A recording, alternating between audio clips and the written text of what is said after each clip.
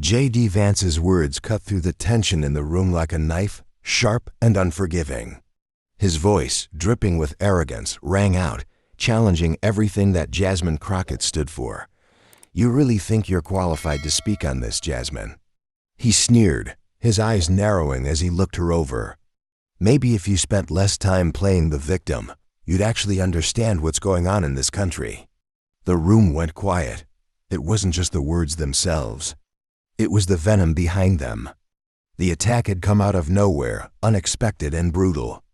J.D., a man who'd made a name for himself by questioning the political establishment, was now questioning Jasmine's very integrity.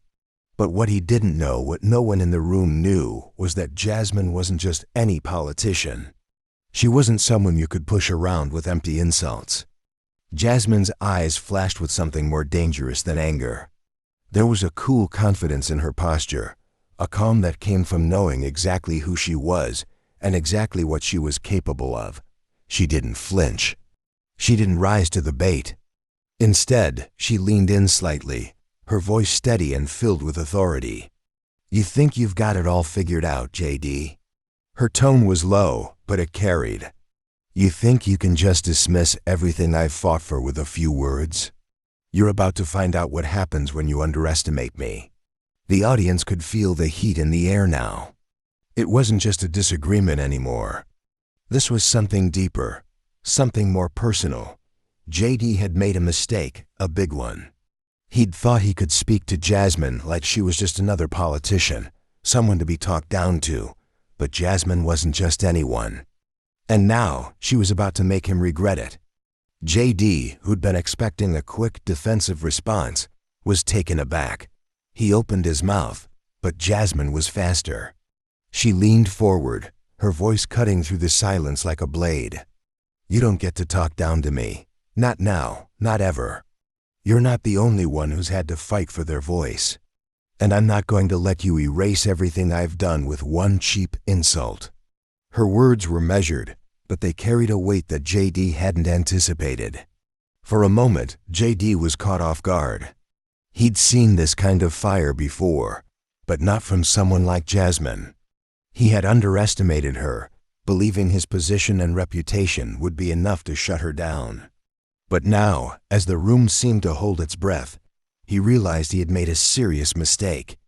Jasmine didn't wait for him to respond. She continued, her voice unwavering. "You want to talk about victims, J.D.? Let's talk about the real victims, the people who've been ignored, the people who've been silenced, the people you don't even have the decency to acknowledge." She paused, her gaze locking onto his. "And you want to talk about understanding? Maybe if you took a second to listen to the people you dismiss, you'd realize that what I'm fighting for is what's best for this country, not your elitist, self-serving rhetoric." The crowd was shifting now, the atmosphere electric with tension. J.D., visibly shaken, tried to recover, but the damage had already been done. Jasmine had hit him where it hurt the most, not just by confronting his words, but by challenging his very understanding of what it meant to truly fight for the people. "You don't get to stand there and pretend you're the only one with the answers," Jasmine said, her voice growing louder with every word. "You don't get to insult me or anyone else just because you think you're above it all." Her words were powerful, not just because they were cutting, but because they rang true. For the first time in the conversation, J.D. was speechless. The room, once filled with tension, now hummed with anticipation. It was clear. Jasmine wasn't backing down. She wasn't going to let J.D.'s insult slide. This wasn't just about politics. This was about respect, about standing up for what you believe in, and about showing that words have consequences. As the room settled into a silence that seemed to stretch on forever, Jasmine stood tall, her eyes never leaving J.D.'s. "So what's it going to be, J.D.?" she asked, her voice steady and unwavering. "Are you going to keep insulting people who are just trying to make a difference? Or are you going to admit that you were wrong?" For a moment, J.D. didn't know how to respond. His words had backfired, and the weight of what he'd said was finally hitting him. He had thought he was in control of the conversation, but now he was on the defensive. Jasmine had flipped the script, and he was left scrambling to recover. But before he could speak, Jasmine turned to the audience, her voice carrying through the room. You know, this is what happens when we let people like JD think they can talk down to us. This is what happens when we let them think they have the power to define who we are. She paused, letting her words sink in. But we're not going to let that happen anymore. We're not going to let people like him silence us. We're going to keep fighting, and we're going to make sure our voices are heard. The crowd erupted into applause. It wasn't just a cheer, it was a wave of support, a signal that Jasmine had won, that she had turned the tables and made JD realize the consequences of his actions. But Jasmine wasn't done. She stood there, her gaze unwavering, her confidence unshaken. "So JD," she said, her voice calm but firm, "you can keep trying to tear people down. You can keep thinking you can control the narrative. But remember this, people like me, people who fight for the truth, will always have the last word."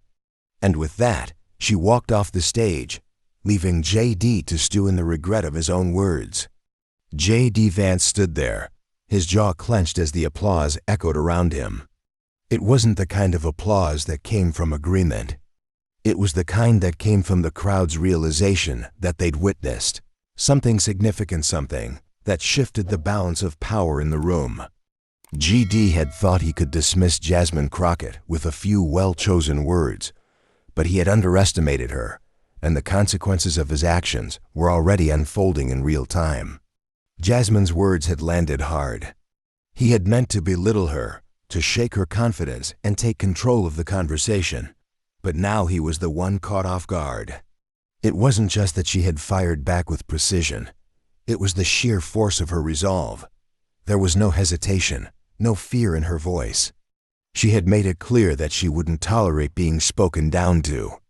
And now, as the crowd settled, JD found himself facing something he hadn't expected: doubt. Jasmine stood tall, her back straight and shoulders squared. There was an air of quiet strength around her, an energy that radiated through every inch of her presence. Her words had been direct, but they had cut through the room with surgical precision, leaving JD with little room to maneuver. And the longer he stood there, the more it became apparent that he had made a grave miscalculation. JD tried to regain his composure, but it was clear he was flustered. The energy in the room had shifted, and he could feel the weight of Jasmine's words pressing down on him.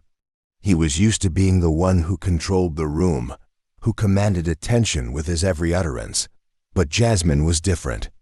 She wasn't playing by the same rules, and it was throwing him off balance.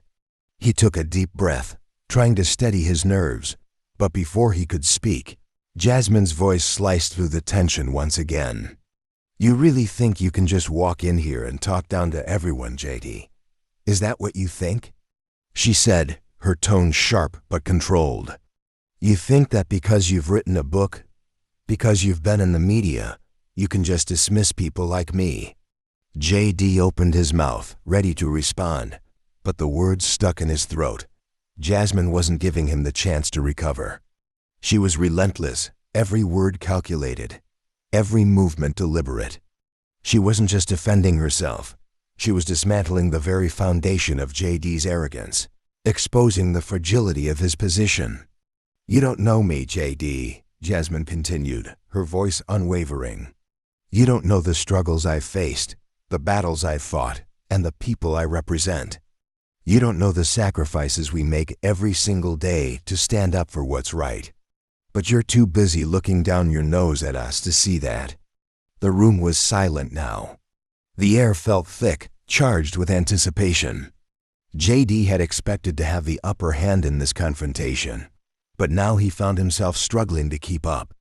Jasmine's words weren't just clever, they were powerful, and the more she spoke, the more JD realized he had miscalculated. She wasn't just a political opponent. She was a force to be reckoned with. He tried to recover, but every attempt to speak was met with Jasmine's sharp retorts. "What you don't understand, JD," she said, her voice dripping with disdain, "is that this isn't just about politics. This is about real people, real lives. You can sit up there in your ivory tower and pretend to know what's best for everyone. But I'm out here in the trenches, fighting for people who are ignored, who are discarded, who are forgotten. Jade's face reddened as the weight of her words pressed down on him. He had thought he could disarm her with a quick insult, but Jasmine had turned the tables with grace and power. She was unapologetically herself, and in doing so, she was making JD's so-called intellect seem small, trivial, even laughable. For a moment, JD faltered. He had been so sure of his position, so confident that his words would land with the crowd. But now, as the silence lingered and Jasmine's gaze never wavered, he realized that the situation was slipping out of his control. He wasn't the one calling the shots anymore. Jasmine had seized the narrative, and it was clear that he was on the defensive. His mind raced as he searched for a way to salvage the situation, but Jasmine wasn't giving him an inch. "You don't get to stand there and act like you know the first thing about what I've been through," she said, her voice now a low but cutting hiss. "You don't get to walk into this room and pretend like you're the only one who knows what's best for this country. Because if you did, you'd know that we need more than just your tired rhetoric. We need action. We need change." Her words hung in the air, each one sharper than the last, cutting through the tension like a hot knife through butter. And yet, JD couldn't find the strength to fight back. He had expected her to stumble, to fumble for words. But instead, she had hit him with precision, leaving him reeling, trying to recover his footing. Jasmine wasn't finished. "So go ahead," she said, her voice calm, almost mocking now. "Keep standing there, pretending like you have the answers. Keep pretending that your opinions matter more than the lives of the people you claim to represent. Because I'll tell you this, I will never, ever let you get away with it. Not now, not ever." The room shifted once again, the crowd now leaning forward in anticipation. Jasmine had established dominance, and JD was scrambling to keep up. But the more he tried to speak, the more he realized that the momentum had already swung in Jasmine's favor. She had taken control of the narrative, and JD was left struggling to find the words to counter her. His attempts to respond were half-hearted at best. He tried to speak, but every word he uttered seemed to fall flat. It was as if Jasmine had stripped away his ability to articulate anything of value, leaving him exposed, vulnerable, and disarmed. The confident, self-assured J.D. Vance who had walked into the room moments earlier was now a shell of his former self. And Jasmine, standing tall in front of him, knew it. She knew that she had won not just the argument, but the entire room. And it wasn't just because she was right.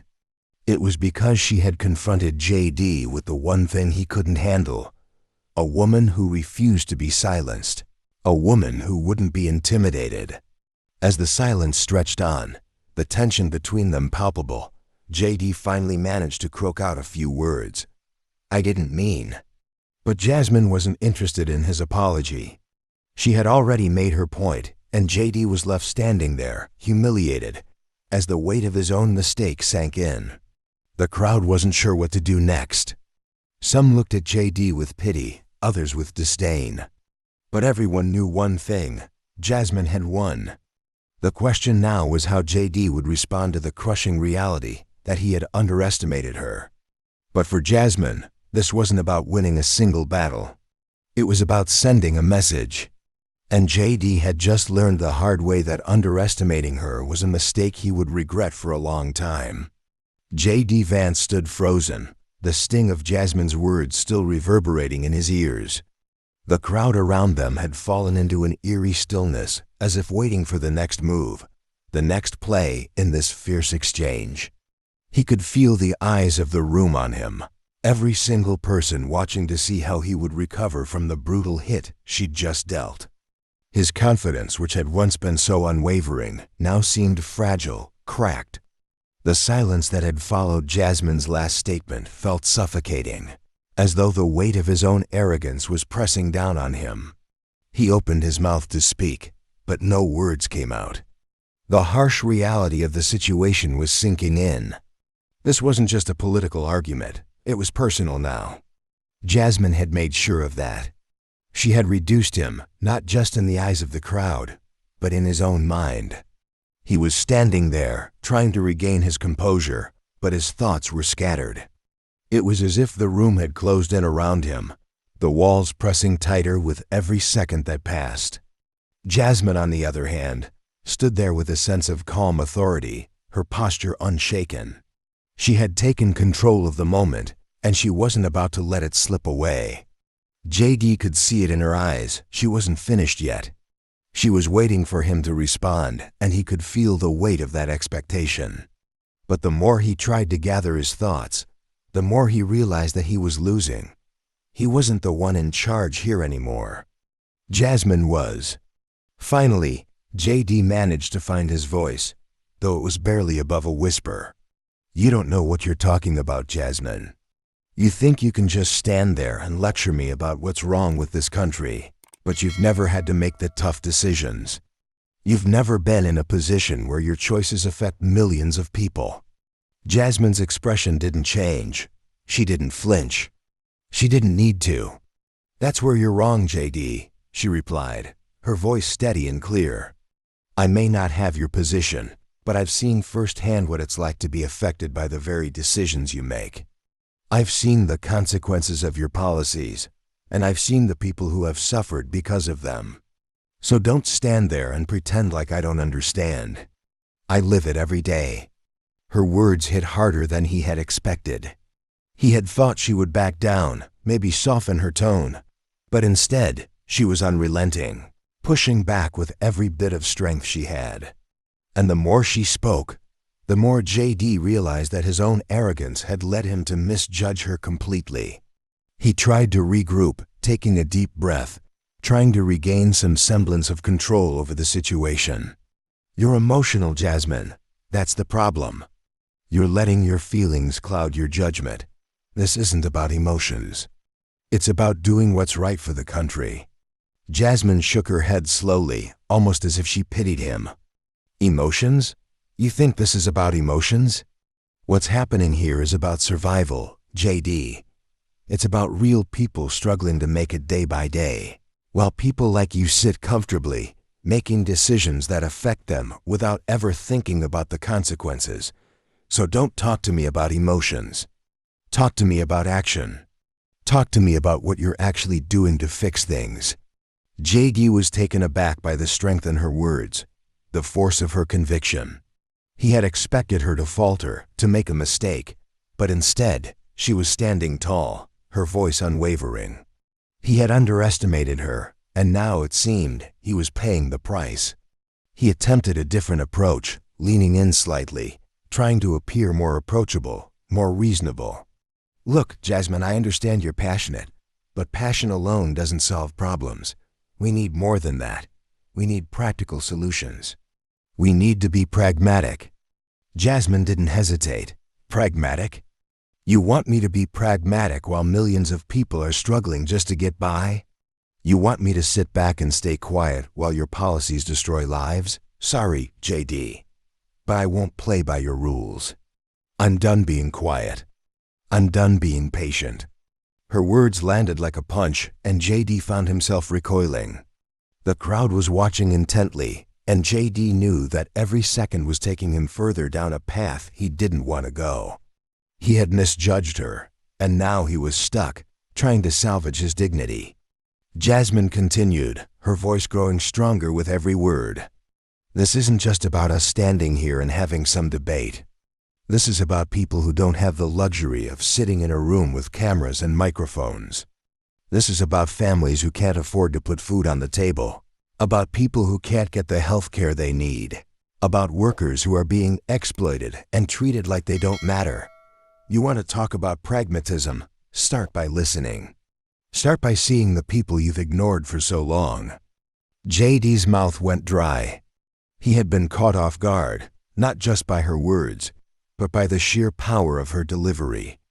Jasmine wasn't just defending herself. She was defending every person who had ever been dismissed, every person whose voice had been silenced.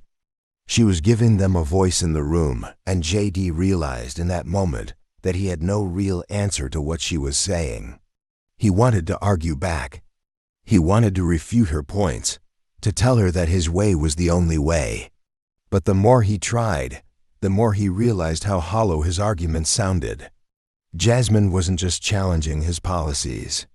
She was challenging the very system that had allowed him to rise to power in the first place. And that was something he hadn't been prepared for. As the minutes stretched on, JD could feel the momentum slipping away. Jasmine had the room, and he was powerless to take it back. He had tried to belittle her, to diminish her voice, but instead, he had found himself on the receiving end of a fierce rebuttal, one that had exposed his flaws and weaknesses for all to see. He could feel the eyes of the room on him, judging, waiting, assessing. He wanted to regain control, to turn the tide, but it was too late. Jasmine had already won. The only question now was how long it would take for JD to admit it. But Jasmine wasn't finished. She stood there, waiting, her eyes never leaving his, as if daring him to challenge her once more. JD could feel the pressure mounting, and he knew that he was about to be faced with the reality of what it meant to go up against someone like her. The silence between them grew thicker, more uncomfortable. JD was trapped in a moment of his own making, and he had no idea how he was going to get out.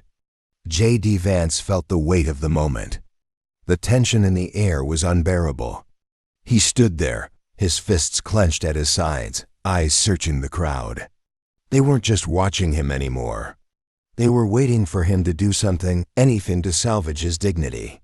But the more he searched for his footing, the more he realized he was sinking deeper. Jasmine's words echoed in his head like a drumbeat, each one a reminder of how out of touch he had become. She had hit him where it hurt, and now, every time he tried to gather his thoughts, he was knocked down again. He wanted to speak, to fight back, but the words wouldn't come. There was a hollow feeling in his chest, the kind that settled in when you knew you were losing, and it was impossible to ignore. He glanced at her, standing there with unshaken composure. Jasmine didn't look like she was in a hurry to finish this confrontation. No, she was savoring the moment, relishing every second of control she had over him. She knew it too. Her gaze was unwavering, locking onto his as though she could see straight through him. She wasn't just winning this battle, she was making him realize how outmatched he truly was.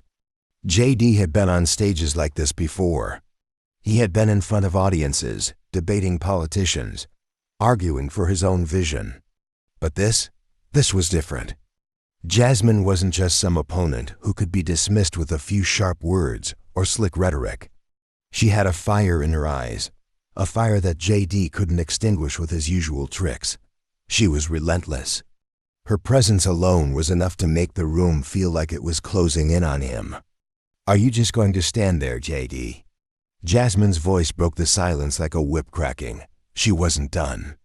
She was only getting started. JD's jaw tightened. He hated how calm she was, how poised, as if she wasn't even fazed by the heat of the exchange. He had expected her to get frustrated, to lose her cool under the pressure of his relentless attacks. But no, she was far from rattled. In fact, she was making him feel like the one who was under attack. "You think you've got it all figured out, don't you?" JD finally spoke, but his voice didn't carry the same conviction it once had. It felt weak, almost as though he were trying to convince himself more than anyone else. "You think you have the answers to everything, but you don't. You don't understand the complexities of running a country. The decisions I make affect millions of people." Jasmine took a step forward. "And you think I don't understand?" She asked, her words sharp, cutting through the air. "You think you're the only one who's had to make tough decisions?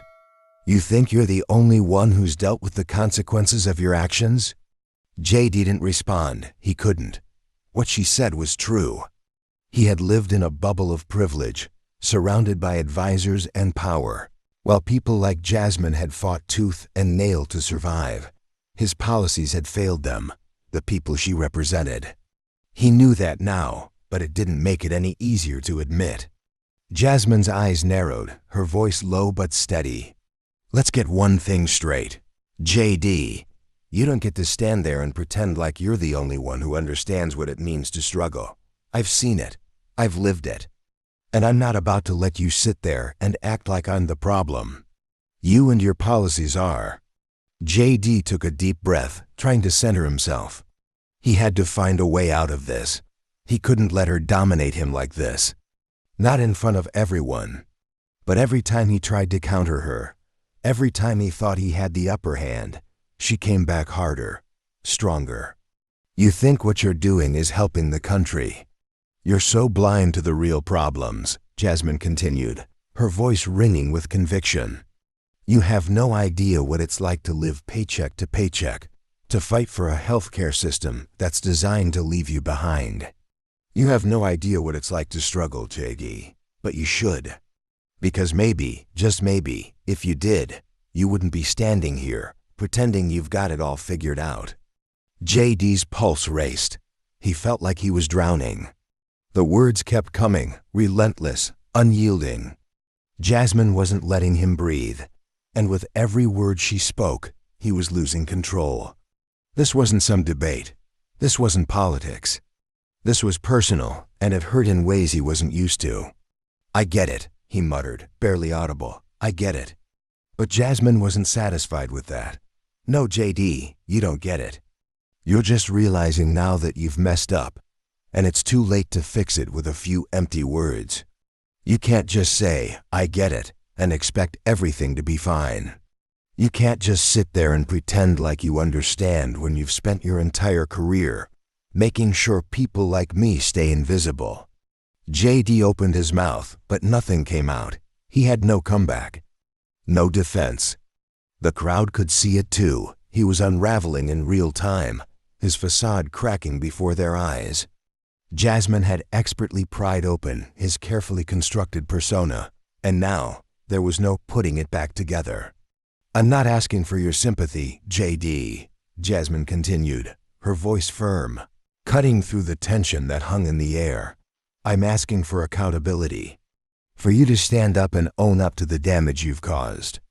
For you to stop hiding behind your position and start facing the real consequences of your actions. Because that's the only way this country moves forward." JD swallowed hard, but it felt like a 1,000-pound weight was lodged in his throat. His mind raced. The pressure, the weight of Jasmine's words, it was too much. He had never felt so exposed, so vulnerable. He had spent years building his career on power and influence, but here he was, powerless in front of a woman who wasn't afraid to speak the truth, no matter how uncomfortable it made him. Jasmine didn't back down. She didn't soften her tone. She didn't let up. She was standing firm, and JD knew it. She was the one in control, not him. And that fact made every second of this exchange feel like a lifetime. He could feel the heat rising in his chest, but it wasn't anger that he was feeling, it was shame. Shame that he had underestimated her, that he had let his arrogance cloud his judgment. Shame that he had been so out of touch, so far removed from the struggles of the people he was supposed to represent. Jasmine wasn't done yet. She wasn't going to let him off the hook that easily. Not after everything he had done, not after the lives he had affected with his decisions. She was in this fight for the long haul, and JD was beginning to realize that he had no choice but to face the consequences. The crowd shifted, the energy in the room rising with every word Jasmine spoke. JD could feel the eyes on him, the weight of the room bearing down. He wasn't just losing the debate, he was losing everything. His reputation, his credibility, and most of all, his dignity. He had underestimated Jasmine, and now he was paying the price. JD stood there defeated. The weight of his mistakes crashed down on him like a ton of bricks. The crowd, sensing the shift, murmured, and even the room felt quieter. Jasmine didn't give him a chance to recover. She stepped forward one last time, her voice sharp, but there was a sense of finality in her words. "Enough of the excuses, JD," she said, her tone unwavering. The people you've ignored for so long are done waiting for your apologies. They want action. Jade's eyes flickered. He knew she was right. He had failed them. The realization hit him like a flood. He wasn't just a politician anymore. He was a man who had wronged too many and had to face the consequences. Maybe you're right, JD muttered, almost in disbelief at the weight of the words leaving his lips. His voice was hoarse, barely a whisper, but it carried an undeniable sincerity. Maybe I've been blind. Jasmine held his gaze for a long moment. There was no triumph in her eyes, just a quiet, steady resolve. It's not about what you think you've done, JD. It's about what you do next. The room fell silent, the tension breaking like a held breath. JD's shoulders slumped. For the first time that evening, he felt the burden of accountability. Jasmine had made him face himself. And for the first time in a long while, he couldn't run from it. Thank you for watching our channel Modern Stories. If you liked our video, you should subscribe for more amazing videos like this. Have a healthy and happy day. See you in the next one.